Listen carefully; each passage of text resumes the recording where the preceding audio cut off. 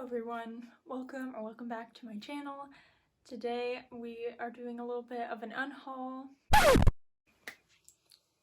It's spring cleaning time.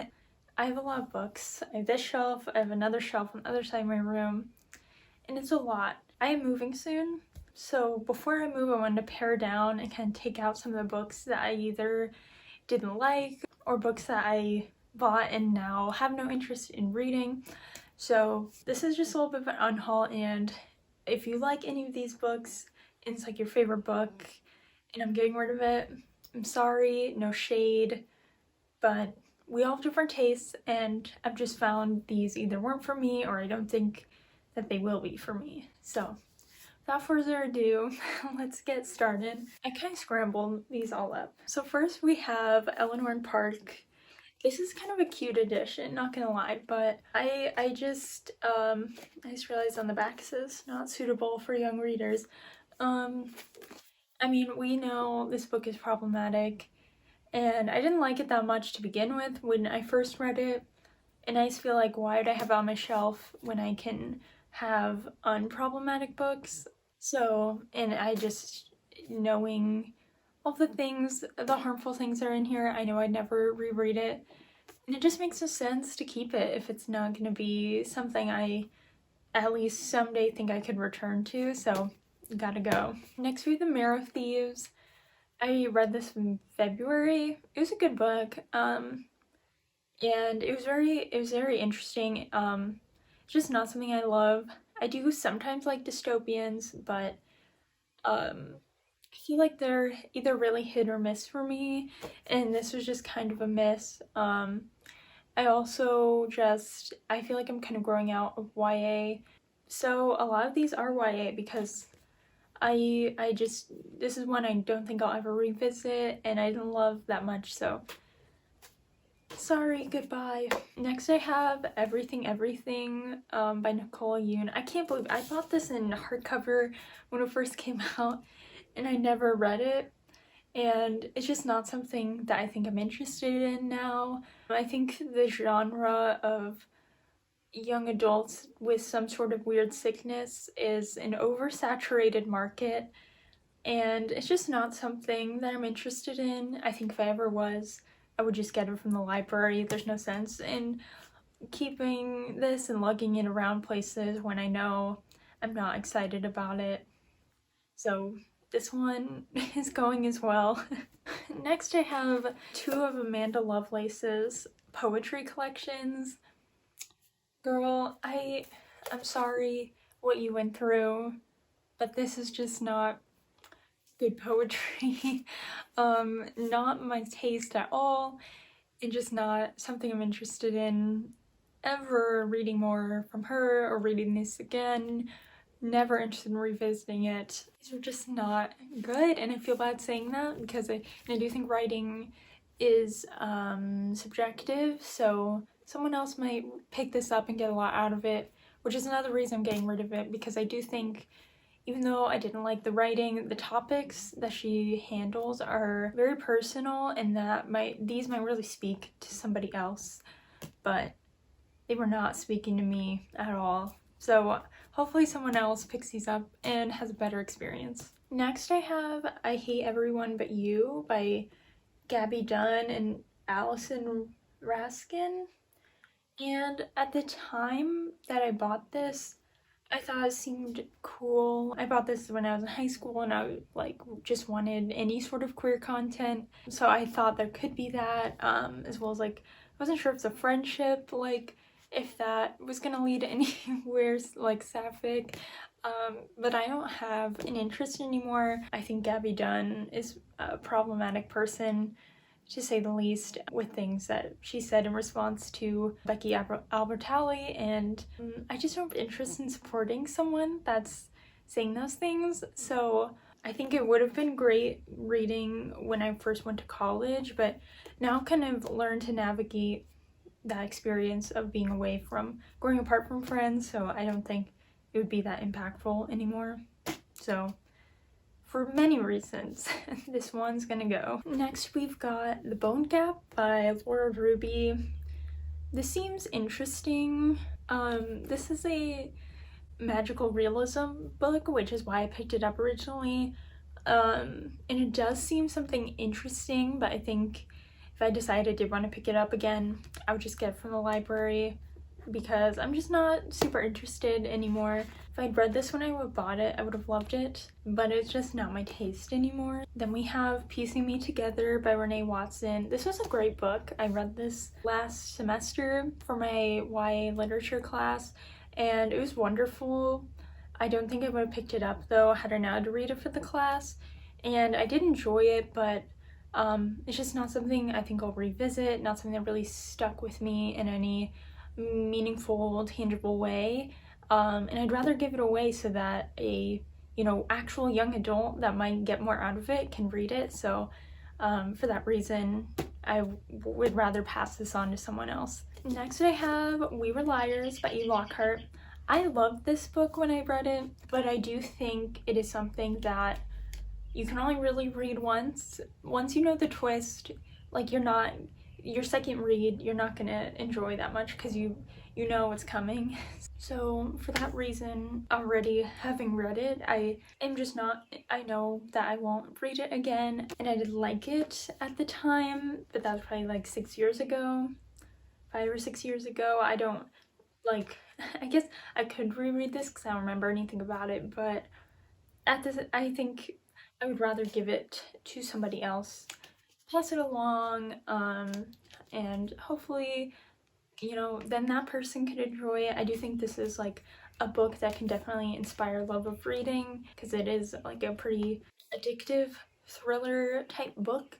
So I hope that someone else can read this and enjoy it. Along the same lines, I also have Genuine Fraud by E. Lockhart. I still don't think I'm gonna read this. I have one YA thriller on my TBR, Sadie, but otherwise, by Courtney Summers, but otherwise I don't think I am really a YA thriller person anymore. I like things that are a little more dark. Even the domestic thriller I'm reading right now, I'm like, okay, when is this gonna pick up? And so I'm like, I think I'm just kind of past these sorts of things. Also, just like rich people on a private island, I'm kind of sick of. Oh, this isn't even, this is the synopsis of We Were Liars. It's a little misleading. But yeah, I'm just not interested, and I hope someone else can get more out of it. So many of these I bought brand new hardcovers, so I hope people buy them and read these rather than buy them and wait 6 years and then unhaul them like I did. Next I have Again But Better by Christine Riccio. I read this book last year. What a book this was. I originally bought it because during my first year of college, I think that's when it came out. Yeah, I bought this when it came out, brand new. I was so excited for it because my first year of college was not kind of what I expected it to be, and I really wanted to read this where she kind of has a similar experience of college is not really going the way she thought it would, and so she goes on this study abroad program and she like finally gets to like lead her dream life and like do college again but better. I really liked that synopsis or that concept. Did I like the execution? There's several reasons I didn't care for this book. One is that synopsis only covers like half the book. There's kind of a turn that this takes, and I usually would be on board with that sort of thing, but in this case I just didn't. I thought it was really out of the blue. It really didn't make sense, so I didn't really like that aspect. So this was just okay, and so I feel like I don't want to keep it when I'm trying to prioritize just keeping like favorite books. So this one sadly was not really for me, and so for that reason it's gonna go to the charity shop. Next I have Nick and Nora's Infinite Playlist. Can we talk about how ugly this cover is? I am not one to like movie covers. Maybe it's just, what's his name? Michael Cera. But I don't like that. No, and then this just doesn't seem interesting. I've realized after reading a lot of David Levithan's works, that he is a great guy. He's done a lot for queer literature and for gay literature. However, I'm sick of reading about gay men. I want to read about people that share my identities, as well as the books he writes with Rachel Cohn are very heterosexual. And this one in particular, oh, there's a bookmark in here. This was written or published in 2006, so I feel it's probably quite dated and not something I'm very interested in anymore. I do have a couple of other of the books they wrote together that I have signed. One, I haven't read either. I've only read Dash and Lily's Book of Dares, which was cute, though I kind of prefer the show, hot take. And there are other books. One is signed.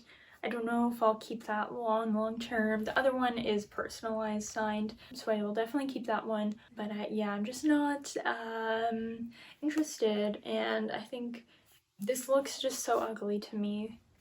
And not judge a book by its cover, but in this case I am. We have the final books. They're all gay. So we have When Katie Met Cassidy by Camille Perry. I actually just hauled this around this time last year because I thought it sounded interesting, but then I obviously ordered it online, and then when I got it, just kind of flipping through it, I was kind of like, I don't know if I'm gonna like this. And just after that, I kind of read some reviews, and they said this is like a lesbian book for straight people, and I'm just not here for that. And it just sounds like the two main characters are really just like walking stereotypes, and I am so sick of reading and watching that, and so I don't want to read this for that reason. So, you know, maybe a straight woman will read this and awaken her sexuality, but I think most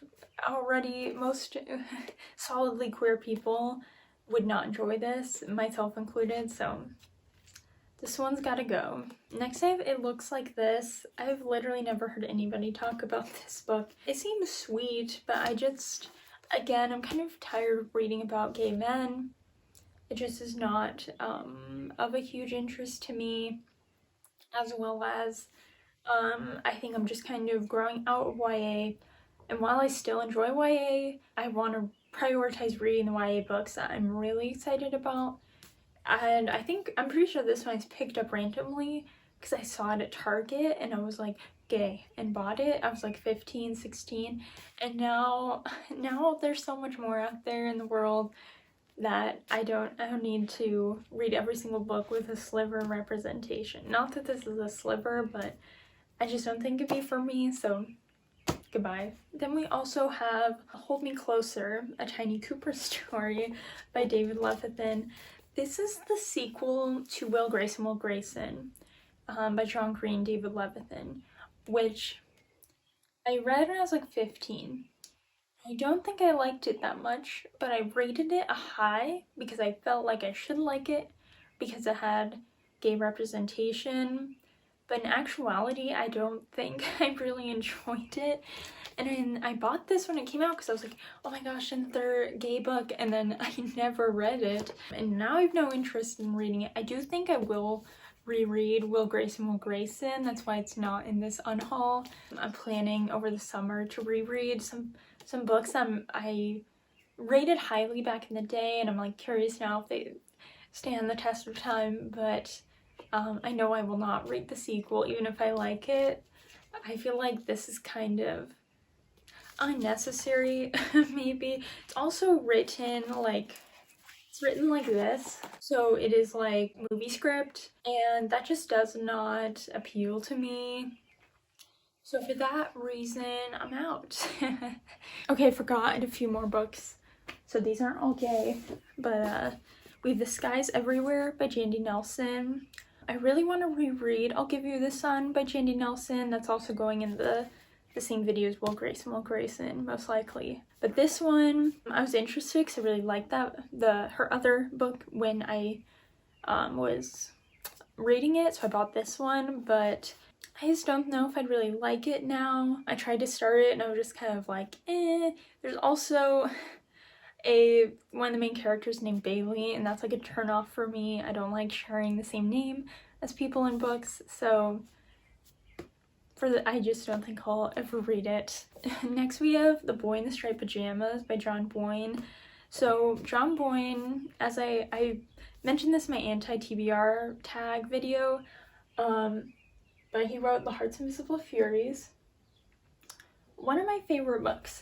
But I've since learned he's a TERF, so I don't really want to support him. So I was kind of planning to get rid of this book anyway, and then reading the reviews of this, it just sounds like a poorly written book, an insensitive book, and I just, for all of those reasons, it's a no. So, yikes. Next we have Ship It by Britta London.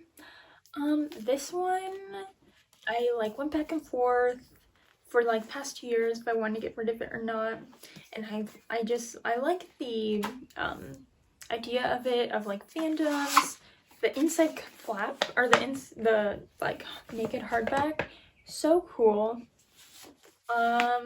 So I was really considering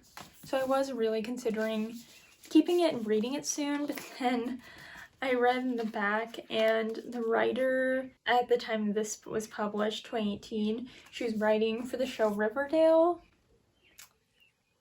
So that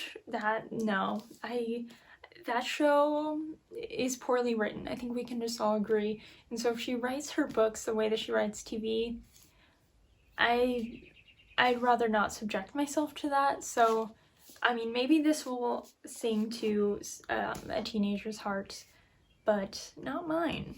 And then finally we have 2 books that I'm still kind of on the fence about, so if I end up putting them back on my shelf and you see this, no you didn't, and that is Gentleman's Guide to Vice and Virtue and Lady's Guide to Petticoats and Piracy by Mackenzie Lee.